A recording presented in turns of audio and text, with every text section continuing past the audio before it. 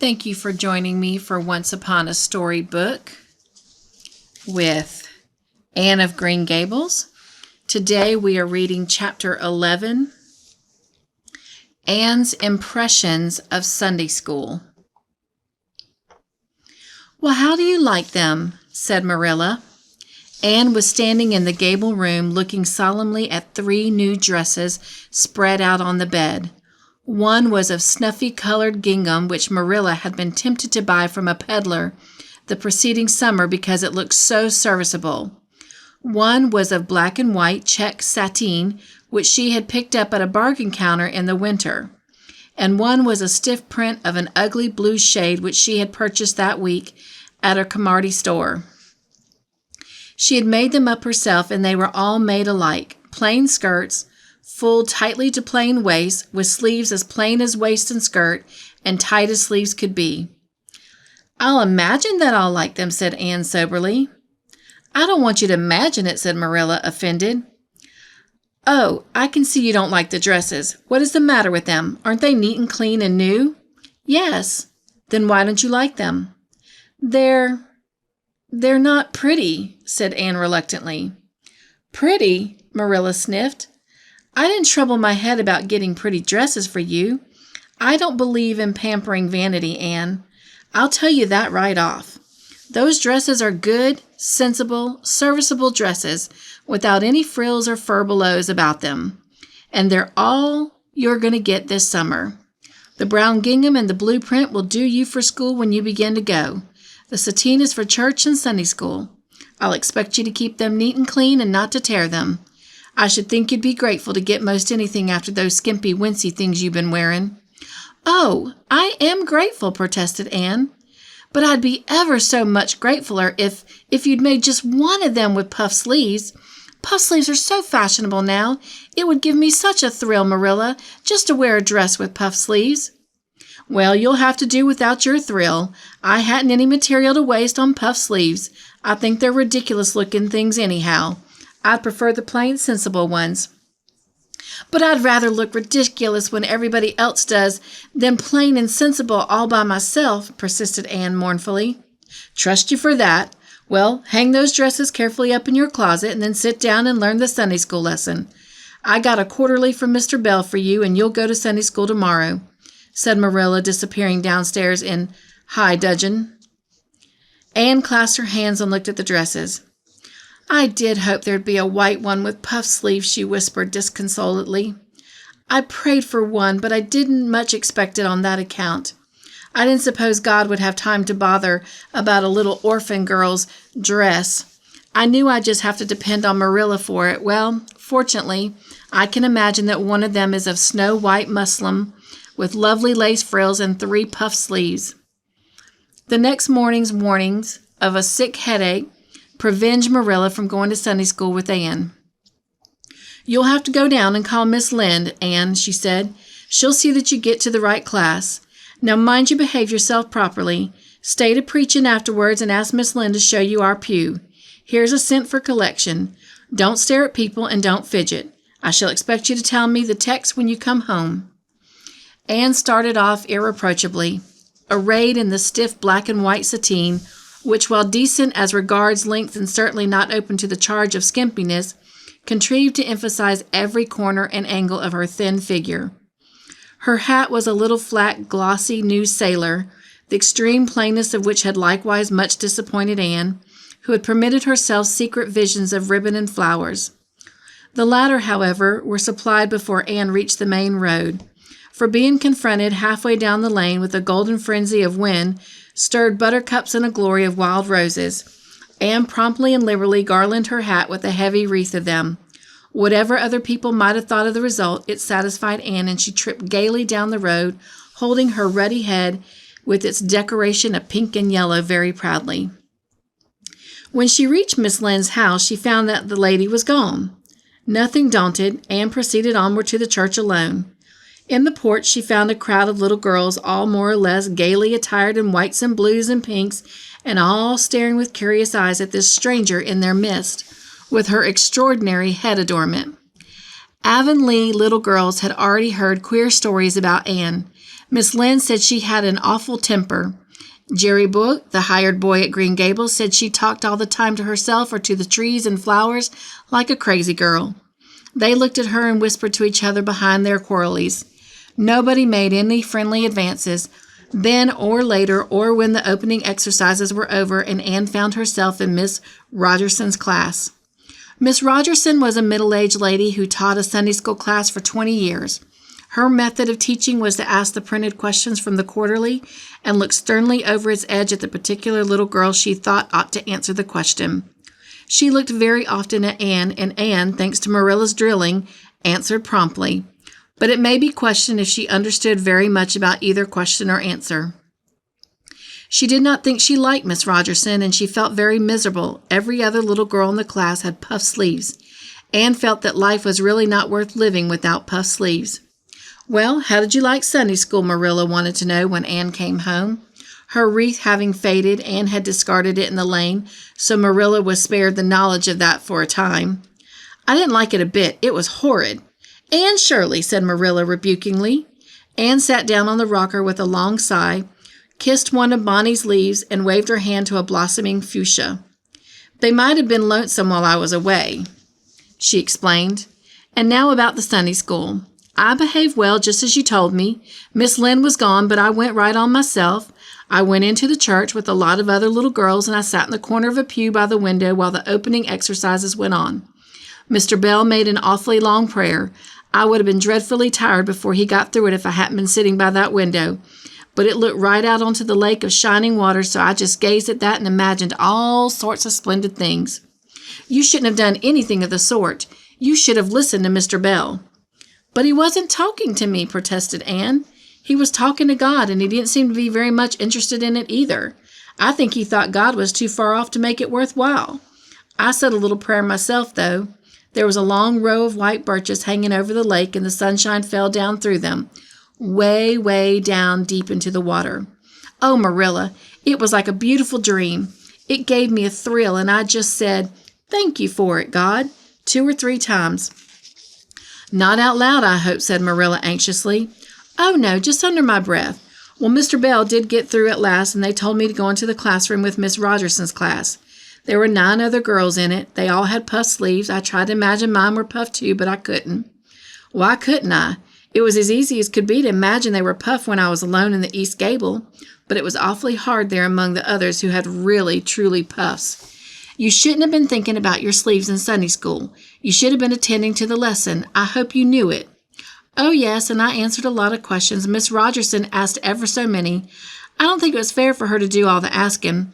There were lots I wanted to ask her, but I didn't like to because I didn't think she was a kindred spirit." Then all the little girls recited a paraphrase. She asked me if I knew any. I told her I didn't, but I could recite. "The dog at his master's grave," as she liked. That's in the 3rd Royal Reader. It isn't really a truly religious piece of poetry, but it's so sad and melancholy that it might as well be. She said it wouldn't do, and she told me to learn the 19th paraphrase for next Sunday. I read it over in church afterwards, and it's splendid. There are 2 lines in particular that just thrill me. "Quick as the slaughtered squadrons fell in Midian's evil day." I don't know what squadrons mean, nor Midian either, but it sounds so tragical. I can hardly wait until next Sunday to recite it.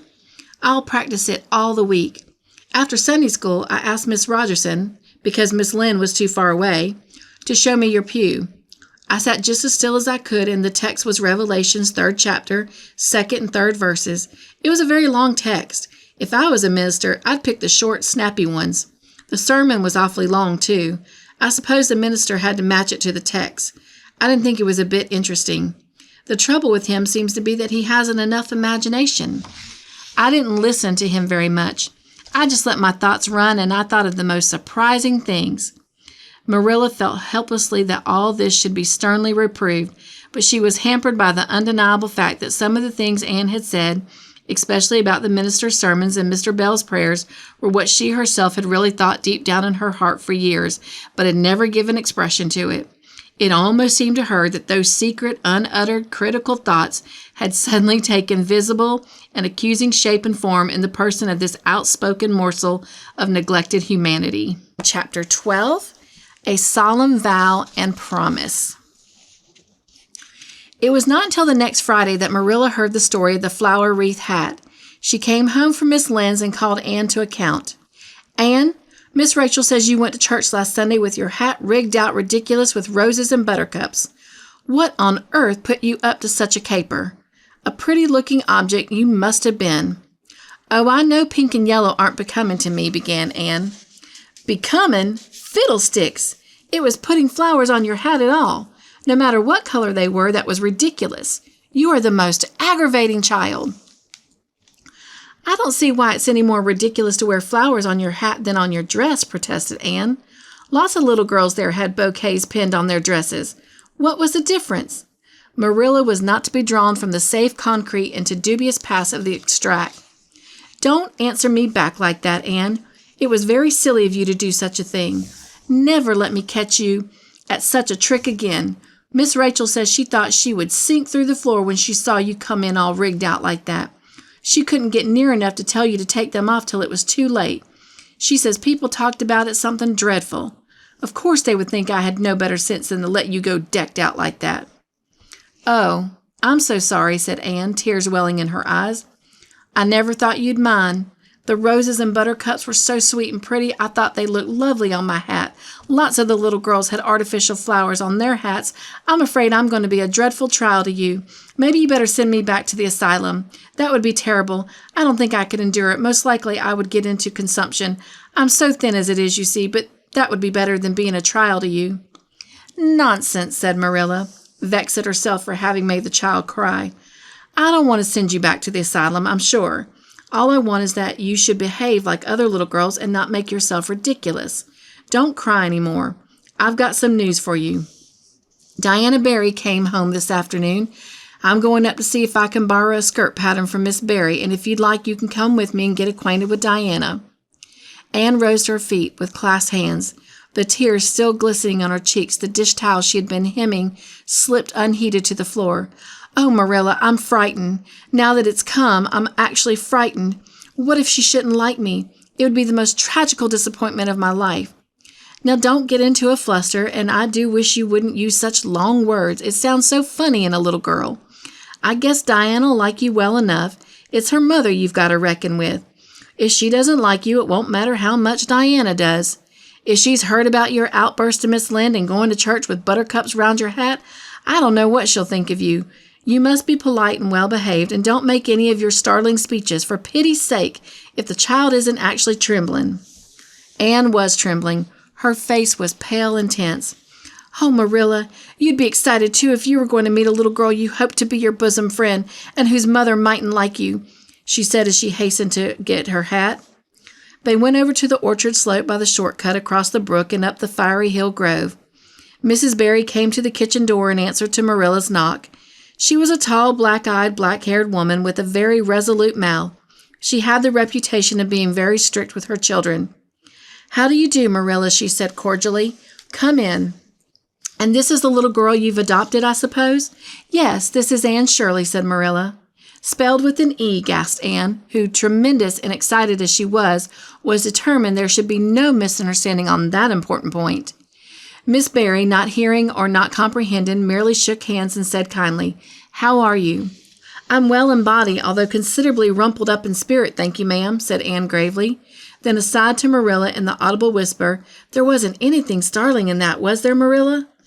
Diana was sitting on the sofa reading a book which she dropped when the callers entered. She was a very pretty little girl with her mother's black eyes and hair and rosy cheeks and the merry expression which was her inheritance from her father. This is my little girl Diana, said Miss Barry. Diana, you might take Anne out into the garden and show her your flowers. It'll be better for you than straining your eyes over that book. She reads entirely too much. This to Marilla as the little girls went out. And I can't prevent her, for her father aids and abets her. She's always poring over a book. I'm glad she has the prospect of a playmate. Perhaps it will take her more out of doors. Outside in the garden, which was full of mellow sunset light streaming through the dark old firs to the west of it, stood Anne and Diana, gazing bashfully at each other over a clump of gorgeous tiger lilies. The Barry garden was a bowery wilderness of flowers which would have delighted Anne's heart at any time less fraught with destiny. It was encircled by huge old willows and tall firs, beneath which flourished flowers that loved the shade. Prim, right-angled paths, neatly bordered with clamshells, intersected it like moist red ribbons, and the beds between old-fashioned flower ran riot. There were rosy bleeding hearts and great splendid crimson peonies, white fragrant narcissus, and thorny sweet Scotch roses, pink and blue and white columbines and lilac-tinted bouncing bets, clumps of southernwood and ribbon grass and mint, purple Adam and Eve, daffodils and masses of sweet clover white with its delicate, fragrant, feathery sprays, scarlet lightning that shot its fiercy lances over prim white musk flowers. A garden it was where sunshine lingered and bees hummed, and winds beguiled into loitering purred and rustled. "Oh, Diana," said Anne at last, clasping her hands and speaking almost in a whisper, "do you think you can like me a little, enough to be my bosom friend?" Diana laughed. Diana always laughed before she spoke. "Why, I guess so," she said frankly. "I'm awfully glad you've come to live at Green Gables. It will be jolly to have somebody to play with. There isn't any other girl who lives near enough to play with, and I've no sisters big enough." "Will you swear to be my friend forever and ever?" demanded Anne eagerly. Diana looked shocked. "Why, it's dreadfully wicked to swear," she said rebukingly. "Oh, no, not my kind of swearing. There are two kinds, you know." "I've never heard of but one kind," said Diana doubtfully. "There really is another. Oh, it isn't wicked at all. It just means vowing and promising solemnly." "Well, I don't mind doing that," agreed Diana, relieved. "How do you do it?" "We must join hands." "So," said Anne gravely, "it ought to be over running water. We'll just imagine that this path is running water, and I'll repeat the oath first. I solemnly swear to be faithful to my bosom friend, Diana Barry, as long as the sun and moon shall endure. Now you say it and put my name in." Diana repeated the oath with a laugh afore and aft. Then she said, "You're a queer girl, Anne. I heard before that you were queer, but I believe I'm going to like you real well." When Marilla and Anne went home, Diana went with them as far as the log bridge. The two little girls walked with their arms around each other. At the brook, they parted with many promises to spend the next afternoon together. "Well, did you find Diana a kindred spirit?" asked Marilla as they went up the garden of Green Gables. "Oh, yes," sighed Anne, blissfully unconscious of any sarcasm on Marilla's part. "Oh, Marilla, I'm the happiest girl on Prince Edward Island this very moment. I assure you I'll say my prayers with a right good will tonight. Diana and I are going to build a playhouse in Mr. William Bell's birch grove tomorrow. Can I have those broken pieces of china that are out in the woodshed? Diana's birthday's in February and mine is in March. Don't you think this is a very strange coincidence? Diana is going to lend me a book to read. She says it's perfectly splendid and tremendously exciting. She's going to show me a place back in the woods where rice lilies grow. Don't you think Diana has got very soulful eyes? I wish I had soulful eyes.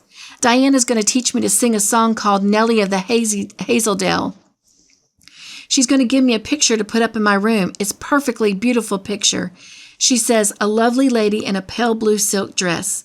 A sewing machine agent gave it to her. I wish I had something to give Diana.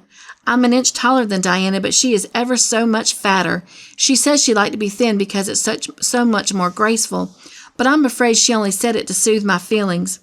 We're going to the shore someday to gather shells. We've agreed to call the spring down by the log bridge the Dryad's Bubble. Isn't that a perfectly elegant name? I read a story once about a spring called that.